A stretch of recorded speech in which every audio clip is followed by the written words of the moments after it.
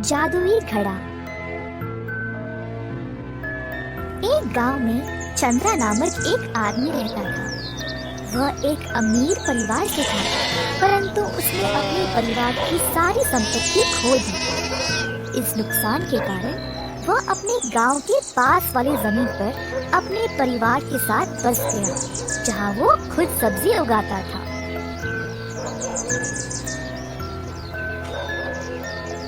उसकी पत्नी मिट्टी के पुतले बनाती थी। कुछ साल बाद चंद्रा की सेहत भी कमजोर होने लगी। एक दिन उसने अपने 2 आलसी जुड़वा बेटों को बुलाकर कहा,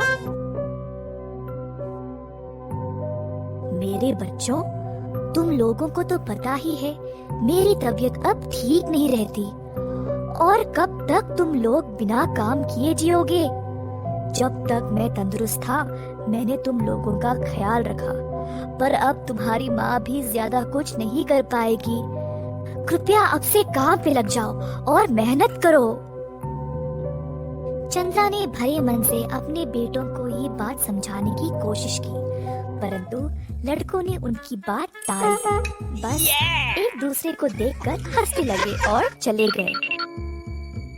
चंद्रा परेशान था कि उसके बेटे उसकी बातों को कोई भाव नहीं दे रहे। उसको लगा कि अब उसे कुछ ना कुछ तो करना ही पड़ेगा, नहीं तो उसके बेटे ऐसे ही रहेंगे और फिर कल को समाज में नहीं रह पाएंगे। मेरे बच्चों, कई साल पहले हमारे पूर्वज राजमहल में रहा करते थे। उस महल के पीछे एक कमरा है जिसकी चाबी सिर्फ मेरे पास है। चाबी ले जाओ और सारी कीमती चीजों को ले आओ। ध्यान रहे कि तुमको कोई ना देखे। दोनों बेटों ने बहुत ही उत्साह से अपने बापू की बात सुनी। उनसे अब रहा नहीं गया ये जानने के लिए कि उस कमरे में है क्या।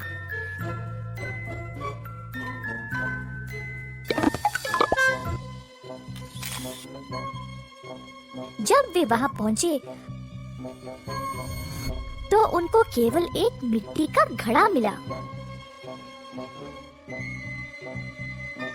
अरे, जब बापू ने बोला कि यहाँ कुछ खजाना है, मुझे लगा कुछ हीरे मोती होंगे, परंतु इधर तो केवल ये मिट्टी का घड़ा है। हाँ, सही बात। अब क्या करें? वैसे भी हम इतनी दूर आए हैं, चलो इसी को ले जाते हैं।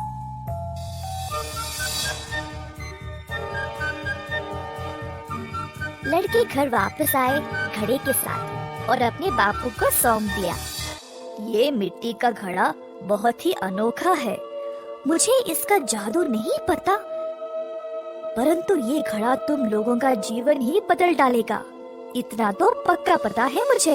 लड़कों ने बापू की बात ध्यान से सुनी और अंदाजा लगाने लगे कि इस घड़े का इस्तेमाल कैसे करें। बहुत कोशिश की, परंतु इस घड़े का जादू समझ नहीं पाए। कुछ दिनों बाद छोटे बेटे ने एक फूल उखाड़ा, सूंघा और फिर नीचे फेंक दिया। फूल उस घड़े में गिर पड़ा। पास में बड़ा बेटा पौधों को पानी दे रहा था, तो अचानक से उसने देखा कि वो घड़ा फूलों से भरा हुआ था। क्या? पानी डालने पर इतने सारे फूल खिल उठे? चलो हम इनको बेच के खूब पैसे कमाएंगे।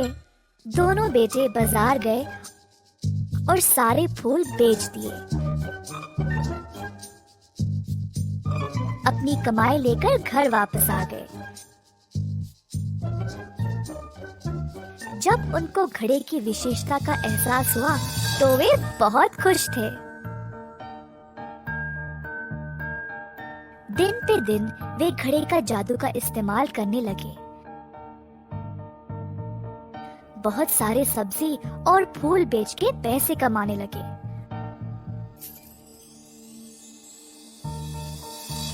परंतु उन्होंने समझदारी से उन पैसों को नहीं संभाला।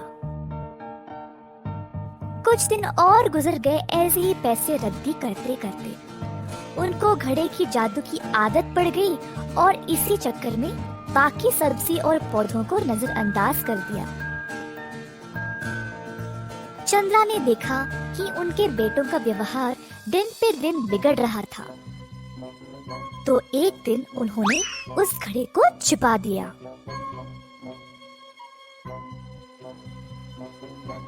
रोज की तरह दोनों बेटे घड़े को लेने आए, परंतु उनको वो मिला ही नहीं।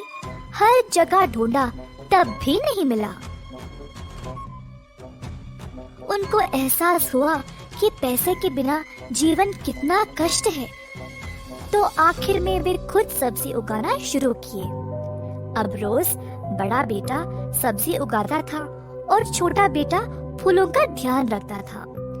जो कुछ थोड़ा बहुत फसल निकलती थी, उसको बेचकर पैसे कमाते थे। मेहनत से जो भी उनको मिलता था, अब वे समझदारी से खर्च करने लगे।